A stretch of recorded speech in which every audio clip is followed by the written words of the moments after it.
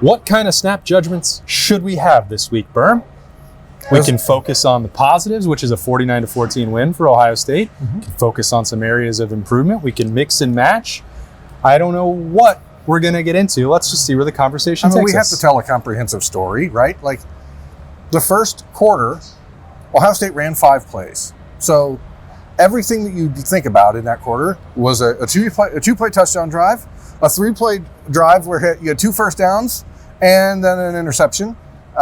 Clearly, maybe we didn't give enough credence to how important Tyleik Williams is to the center of this Ohio State defense, because not having him out there against Marshall, the interior guys, and we're not going to talk about defensive line rotation because that is a conversation that has been beaten to death over the years, but it seemed to me that there was an aversion to playing the guys who seemed to be the best players at defensive tackle, because Ty Hamilton and Caden McDonald should have been out there the entire first quarter, and that just wasn't the case. So you're getting into this situation where Marshall was dictating the tempo, Marshall was picking up their downs, no pass rush at all. Ohio State just rushing 4 guys, safeties playing 30 yards off the ball. Like, it was a really bizarre defensive move in the first quarter and a half, and then by the time the Marshall scores their second touchdown, Ohio State's defense had been on the field for almost 50 plays in the first half, because the offense only had 18 plays in the first half and 28 points.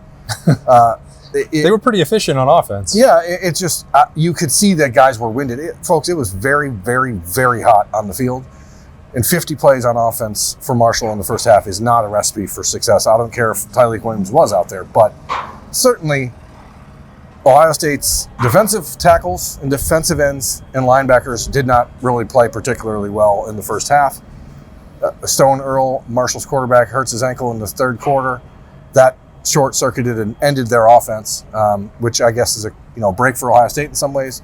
It was not like Marshall was going to win this game, but it certainly seemed like Marshall's offense had no idea what to do when he got off the field. So that seemed to help the Buckeye defense, which didn't really dictate the terms all day, which is what I find most puzzling, because you're playing a team that you're significantly physically superior to, and you let them dictate terms, which I don't understand. Okay, so it's been decided that we're going to focus on that stuff, on snap judgments. He's Jeremy Birmingham. We can focus on that. I'm Austin. We talk about positives too. It's fine. We will. There's a lot of good things. I feel like today is probably, so after the opener, you're like, well, let's do a segment. Yeah. Was this a championship level area concern? Is it valid? And I was like, I don't know if that's really what we have to do for week 1. Week 3, I kind of feel like there are areas, 1 turnover, the offense was very efficient. I don't mind the interception. I don't mind the interception. You're taking a one-on-one shot with Jeremiah Smith. Like that's basically what Will Howard has been coached to do. Doesn't mean that you accept a turnover, an interception. I'm sure that there's things that both Jeremiah Smith, Will Howard, and everybody can learn from that. But like pretty much every time they got the ball, they were scoring a touchdown. Again, because of the things that you mentioned with how many plays the defense was on the field for and how quickly the offense was scoring, it kind of got that out of whack. So we can talk about some missed tackles or what was happening with the defensive tackles, I think specifically struggling to generate pressure, collapse a pocket, or getting pushed around at times in the running game. And then we can, again, unfortunately, talk about the special teams, which were, I don't know any other word but to call it laughable if you kick off out of bounds 3 straight times. I'm going to tell you what, I'd never seen that before. Inadvertently on the second one, I was taking a photo of one of the Ohio State linebackers running down the field, and I could see in the background was Jaden Felding holding his, going like this, and like, oh man, that's a shame. The reality is that first half finished 28-14. The Buckeyes give up a terrible targeting call to give them a first down on 4th down. Like, kudos, I want to start. Marshall did a nice job. Marshall did a really good job with their offense. They did what they wanted, but Ohio State was seemingly just playing guys on defense just to play guys on defense. And maybe I'm trying to see the positives here. Maybe this is hey, we need to get these guys some reps because the Big Ten's coming and we're not going to do this the rest of the way. So I'm going to believe that that's the case. Okay.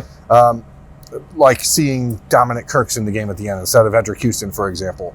Like, this is a game where it's 49-14. You can get some guys who are going to redshirt their snaps, and you don't have to worry. But, if you would have told me coming off of the off week that I would have major concerns about the Ohio State defensive line and not any concern about the offensive line, I wouldn't have believed you. That offensive line was great today. The one sack that was allowed was a busted play.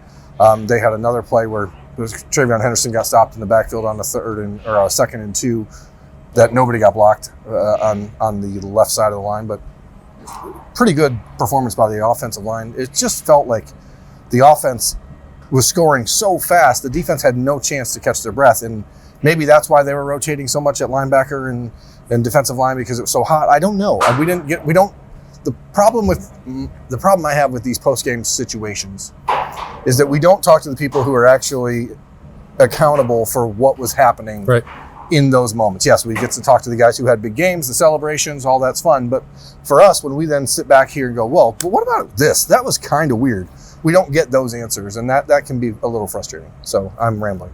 Yeah, well, it would have taken a long time, and the attention may have been, I don't know, wrongly allocated to that. Because I do, especially on offense, there are a lot of things that are pretty interesting about what's happening here with Chip Kelly and Ryan Day and cooking stuff up. Like the misdirection opportunities that you saw the RPO game again right away, yielding results with Emeka Ibuka. Like, that stuff is fun. Like, I think there had been some sort of notion in maybe training camp where it was like, well, it's the best defense in America, and then they just have to have the offense like come along just slightly. This is a scary offense, and I know people say level of competition, wait till they maybe play someone with a pulse. Shout out Danny Cannell. This offense, the way that the offensive line is playing, compare it to the similar level of competition from last year if you want. This offense is undeniably different, and I think incredibly more difficult to stop. What did I say in Slack after the You said the college football world messed around and let Chip Kelly become Ohio State's offensive coordinator. The Travion touchdown in the second quarter, the last one in the second quarter, was a play you're looking at, like, what are they doing? And it was right after the toss play to Emeka. Beautiful, just like really poor decision by the rest of college football to let that happen. Ohio State averaged 10 yards of play on offense. Both running backs, Travion Henderson and Quinshon Judkins, averaged 12 yards a carry. Like, this is silly stuff. And they could have scored 70 points today if the defense would have given them the ball 3 more times. Okay, they would have scored 70 points if the defense would have given them the ball with the starters in. Now we can talk about other things, like that was not the best performance I've seen out of Devin Brown in a backup role. I don't know if he's out in there pressing or what to try to make some plays. There's a lot of things that go into the psyche, but like, the offense is really freaking good. I didn't see what I wanted to see out of the linebacker play, and I didn't see what I wanted to see out of the defensive front. So, like, in the pregame keys, I said I wanted to see Ohio State go after the quarterback and pressure Stone Earl and go at him from different angles. They didn't blitz at all. So it felt just very like, well, we're just going to get through this and get to Michigan State. And maybe that's the plan. Again, we don't really know. So, like, maybe they decided we were going to be as vanilla as possible today, show nothing, and they accomplished what they wanted. But it didn't feel good. Like, you don't go into halftime. Those dudes were pissed off running off the field at the halftime, and you're up 28-14, and the offense is averaging 16 yards a play, and you should be like, whoa, we're running these dudes over, but yet everyone walked off the field kind of like, ugh, what did we just do? I mean, it was a 2-score game right on the heels of the targeting and the late touchdown, which I was really surprised that the review upheld that, and it looked like Marshall was out of bounds, but it doesn't really make any difference. So it might make a little bit of difference to some bettors out there. I think Charles Huff was making a difference at the end when he decided to take a knee with 2 minutes to go. Yeah, the line was pretty close and pretty tight there for those situations. What I'm a big fan of is Bronx cheers. Like, there were 2 really good Bronx cheers today in Ohio Stadium. First, when Ohio State brought in Austin Snyder to handle kickoffs in the second half, and he hit one into the end zone and everyone cheered. And the second was when Charles Huff, the coach of Marshall, decided to take a knee with 2 minutes to go, and everyone in the stadium was like, thank God we want to leave. Let's get out of here. Although most of them had already left. Yeah.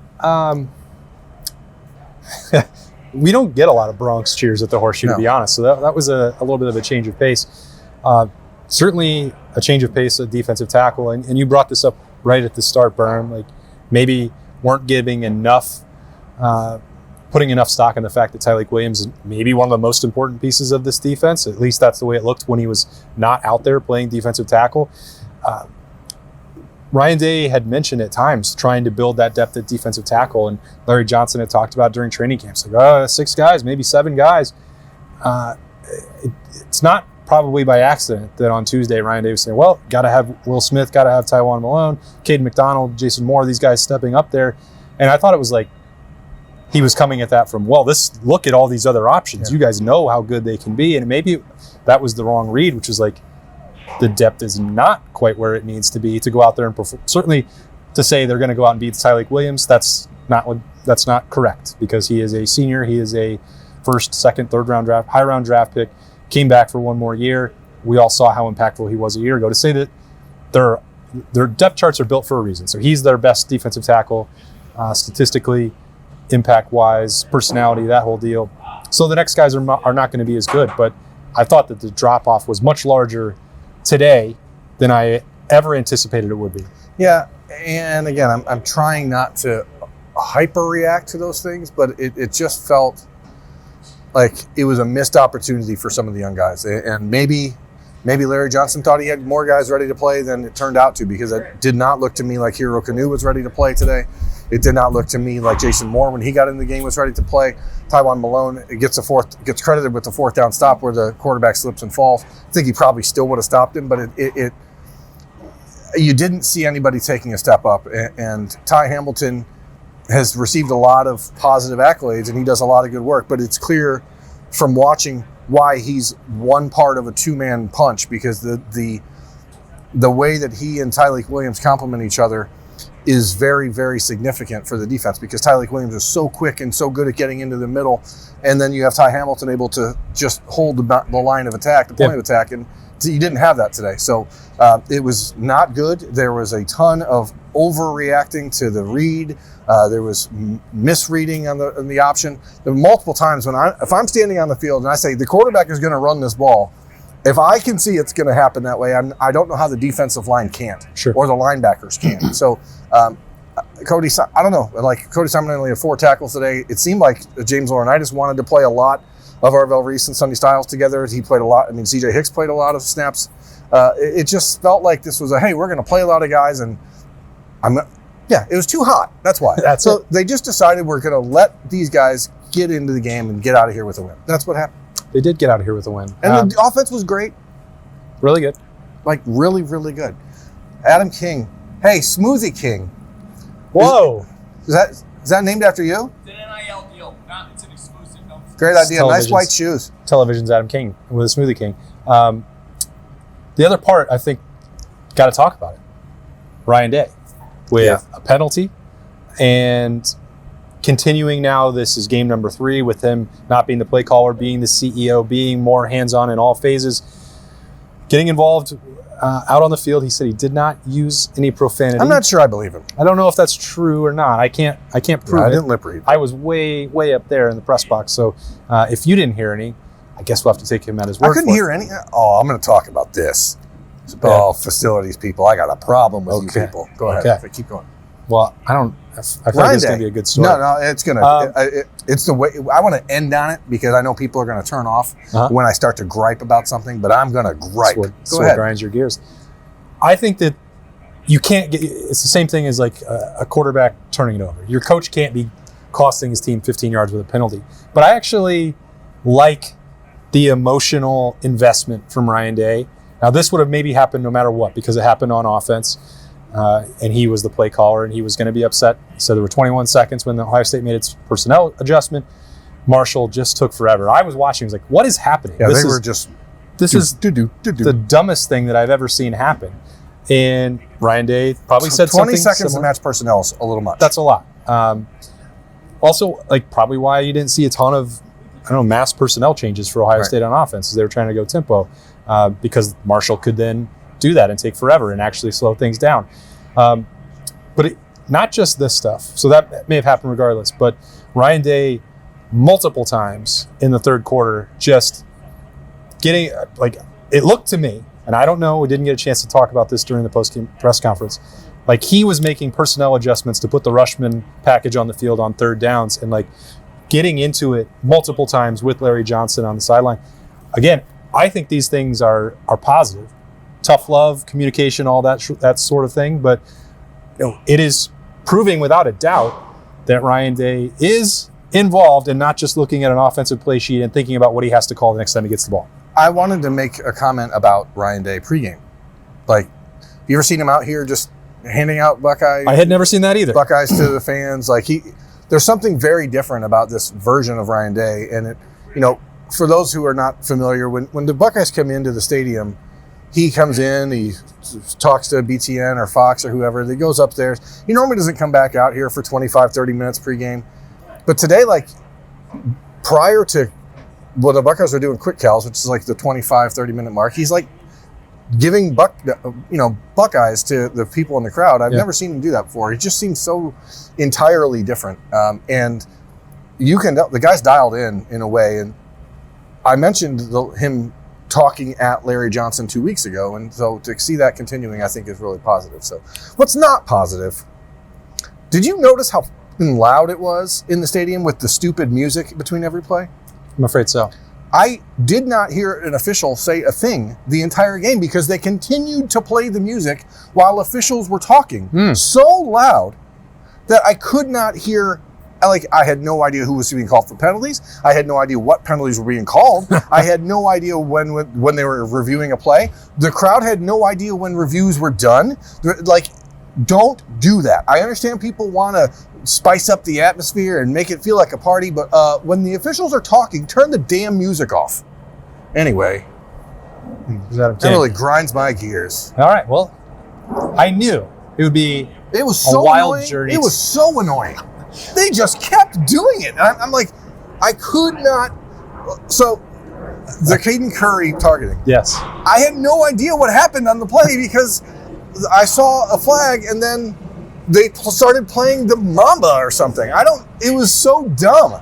And it's not good music. The pregame music today was actually pretty good. It was like they had like a late 90s jam 90s rock, yeah. But no, not during the game. It was terrible music and it was super loud and it was incessant and it was unnecessary. Please, I beg of you. I know Ross B likes to party, but that's not what we're talking about. I knew it was just going to be a fascinating journey to the end of Snap Judgments this week. This was a good game. Don't be mad. Look at it and say, the Big Ten's here now. We're going to see the real Buckeyes, who they are, as the rest of the season unfolds. I think will be a much easier thing to determine starting next week. Which is a primetime game in East Lansing against Michigan State. We're going to be partying with Ross B on Friday night. Yep. It's going to be great. I'm pretty sure he's going to be on road breaks with us. Hope so. It's going to be awesome. Do you think Ross rips cards? It's a great name for it.